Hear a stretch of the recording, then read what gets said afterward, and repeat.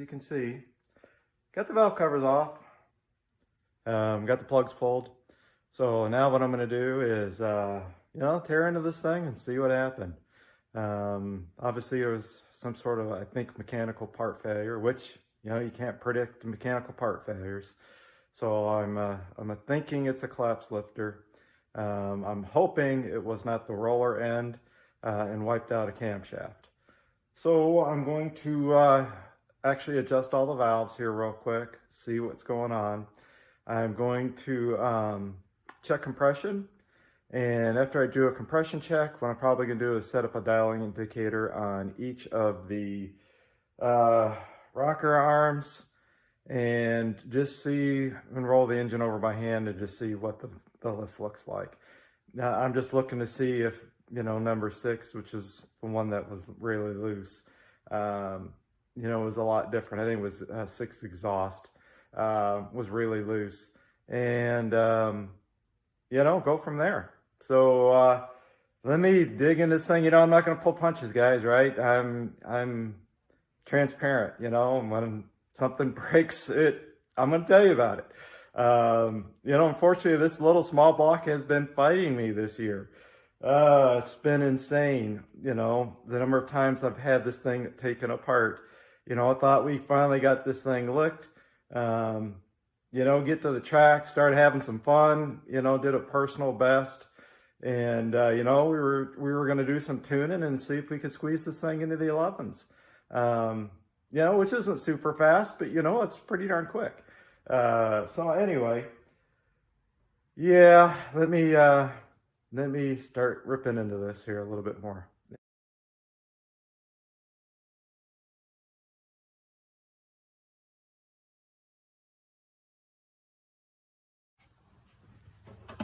All right, guys, I'm going to try and show you this.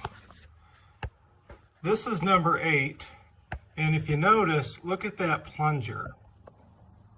All right, it is stuck down in the bore.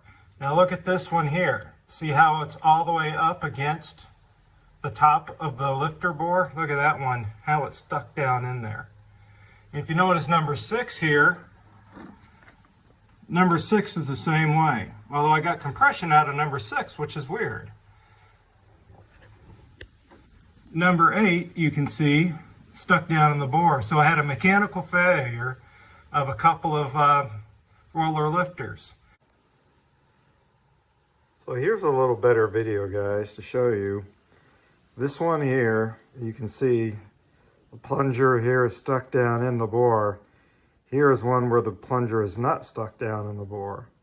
So you can see here, this is what was causing, number 6 to originally have the issue, and then also number 8 to have a problem. So these older set of roller lifters basically took a dump on me. So I'm going to get a brand new set of roller lifters and put them in there, and another set of head gaskets, and hopefully have it running for next weekend. Try to get to the track again in the next couple weeks. Do some testing for drag week. So that was my failure. So we had a mechanical failure on an older set of lifters. So it did not like seeing 6,000. So I would recommend you guys also consider putting in a brand new set of roller lifters as well. Just so you don't have a problem like I encountered. All right, guys, so now I've got the brand new roller lifters installed. These are Speed Pro roller lifters that I picked up, so that's what I went with. So we've got a brand new set. What I did is before I put them in, basically I filled this little tub up with oil, let them soak in there for about an hour, so they fill up and get all the air out of them. So they would, pump up rather quick and not clatter and make a lot of noise right away.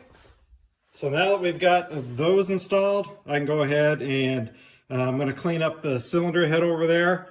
I've got this cylinder head cleaned up, ready to go back together. I need to get a new set of valve cover gaskets yet, and I need to get a new head gasket. So these I got from, local. They did not have gaskets available local, so I've got to order those. So now that I've got most of the engine back together, Let me get a couple gaskets on order. We'll pop this thing back together. Should only take a couple hours. So I'm taking the time today to clean everything good. I got to clean the silicone off the header yet, that I used to the copper RTV to seal up the exhaust side. So like I said, let me finish cleaning up, get some parts ordered, and then we'll come back over, get it put back together, and then, we'll fire her up, see what she does. Well, how do you guys like this? Get my new head gasket in and look. It's bent, it's damaged, not usable. So yeah, now I get to fight on getting a return and trying to now get another head gasket so I can get the engine back together. Beautiful, eh? Alright guys, well, just an update. I had to get a new head gasket in. I'm just double checking to make sure I got no leakage of the valves in number 8 here. I had no compression, right? So I filled it up. No leakage on the intake side. So now what I need to do is flip it over and do the same on the exhaust side, and make sure I've got nothing going on there either. So just real quick now, we got a nice dry valve there, because like I said, I didn't know why I had no compression. I assumed it was a lifter, but I just wanted to double check to make sure the valves were all good too. Nothing got messed up, right? The tops of the pistons were good. Nothing crazy happened on the ride home. A $45 head gasket is a whole lot cheaper than having to, repair a bunch of damage. So let me empty that out, fill up the exhaust side, make sure it doesn't leaky. And if no leaks, we'll wipe this all down. The surface is real good. Make sure they're nice and clean and dry. And then we'll pop a head gasket on this thing. So I went ahead and you can see, fill the exhaust side up. And no leaky. So I'd say the valves are good to go.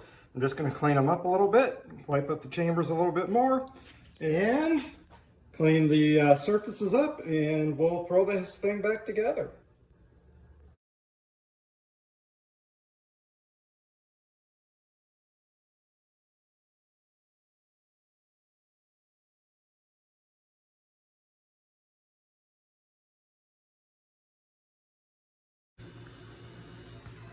All right, everyone. So I've got the valves all adjusted again. Actually, what I did is I adjusted one time first, then I rolled the engine over for, 30 seconds with no ignition or nothing hooked up.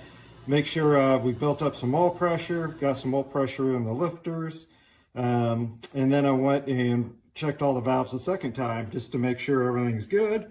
So now, as you can see, we got some good compression again in number 8.